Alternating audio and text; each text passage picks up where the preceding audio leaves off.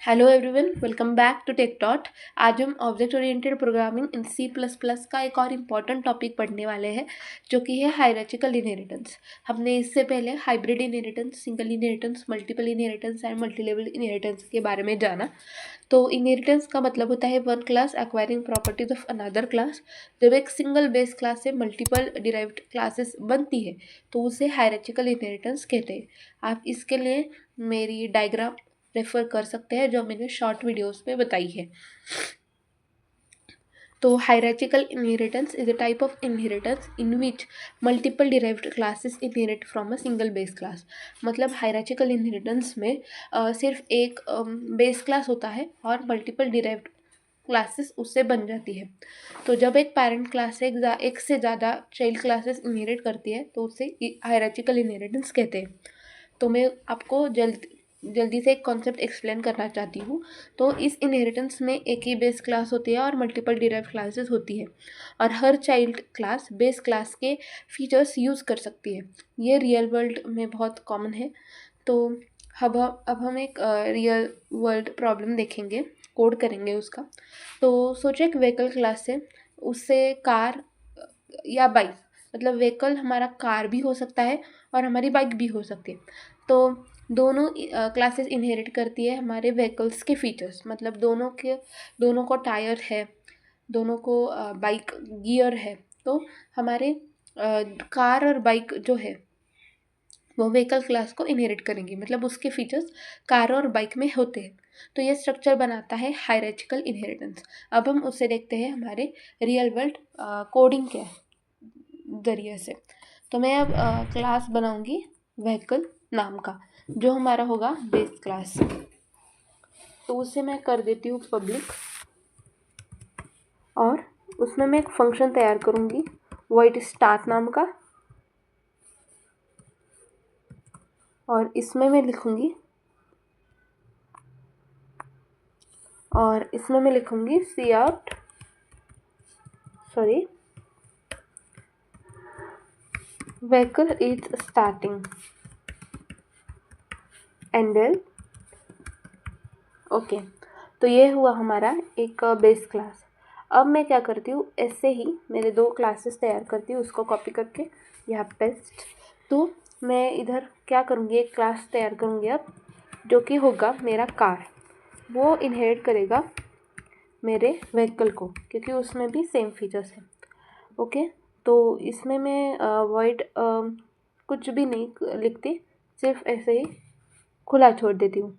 और अब मैं और एक क्लास तैयार करती हूँ जिसका नाम होगा बाइक। तो ये हुआ बाइक और पब्लिक व्हीकल। तो मेरे एक बेस क्लास है और दो डिराइव्ड क्लासेस।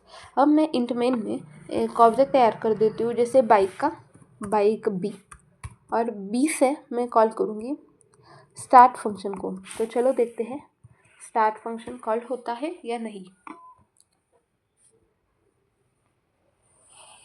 ओके, तो हमारा व्हीकल इज स्टार्टिंग ये रन हुआ। अब मैं कार का एक ऑब्जेक्ट तैयार करती हूँ और कार के ऑब्जेक्ट से मेरे फंक्शन को कॉल लगाती हूँ, और देखते हैं ये कॉल होता है या नहीं। ओके, तो ये भी कॉल हुआ है। तो अब कोड को स्टेप बाय स्टेप हम समझते हैं। तो व्हीकल एक बेस क्लास है जिसमें स्टार्ट फंक्शन है। कार और बाइक दोनों व्हीकल को इनहेरिट कर रहे हैं क्योंकि उसमें भी सेम फीचर्स है।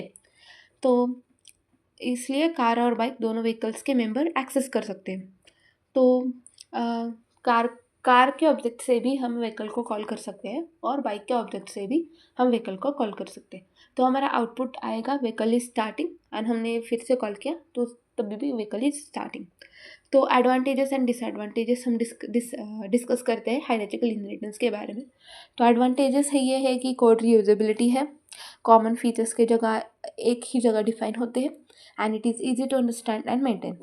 तो बेस क्लास चेंज होने पर डिसएडवांटेजेस ये है कि बेस क्लास चेंज होने पर सब डिराइव्ड क्लासेस अफेक्ट होती है, लार्ज हायरार्ची कॉम्प्लेक्स हो सकती है।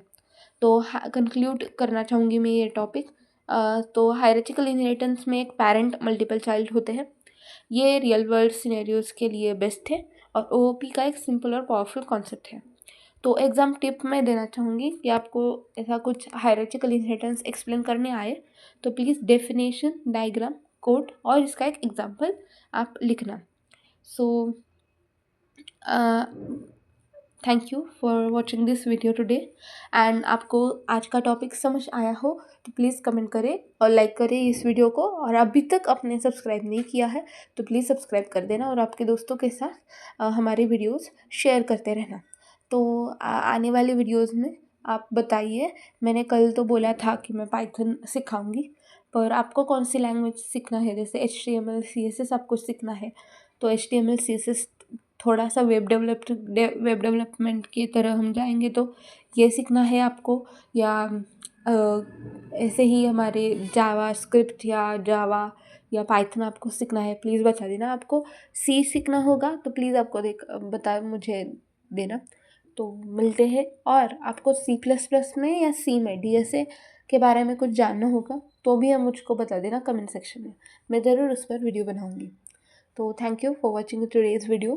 If you liked it, please subscribe, like this video and comment down your favorite part of this video. And thank you. मिलते हैं हमारे नेक्स्ट वीडियो में, तब तक के लिए tata and bye bye and stay safe.